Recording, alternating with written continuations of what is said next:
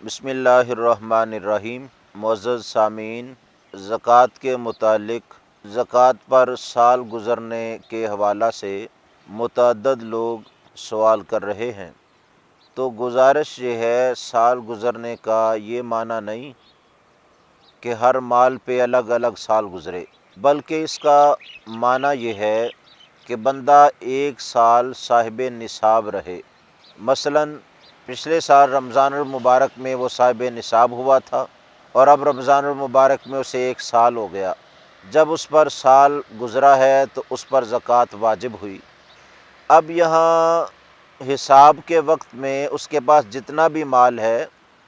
سارے پر زکوٰۃ دینا لازم ہے۔ ایسے حساب نہیں ہوگا کہ اس کے پاس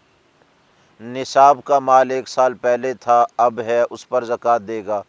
اور جو مال 3 مہینے پہلے اس کے پاس آیا ہے اس مال پر الگ سے جب سال ہوگا یعنی 9 مہینے بعد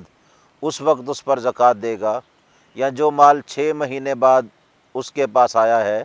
ابھی اسے 6 مہینے گزرے ہیں، 6 مہینے اور گزریں گے تو اس پر زکوٰۃ دے گا،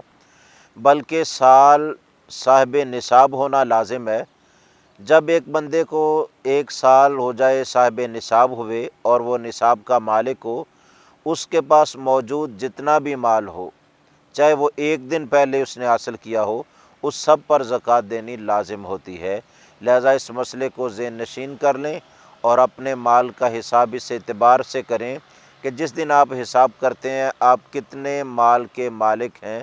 اس سارے مال پر آپ نے زکوٰۃ دینی ہے۔ ایسا نہیں ہے کہ جس مال پہ سال گزرا ہے اس پر زکوٰۃ دیں گے اور جس پر کم وقت گزرا ہے اس پر ابھی زکوٰۃ ادا نہیں کریں گے، جب اس پر سال ہوگا تو اس کا الگ حساب ہوگا۔ لہذا مسئلہ ذہن نشین فرما لیجئے، ایک سال کا مطلب صاحب نصاب رہنا لازم ہے سال میں، کہ ایک سال ہو گیا صاحب نصاب ہوئے، اب بھی صاحب نصاب ہے،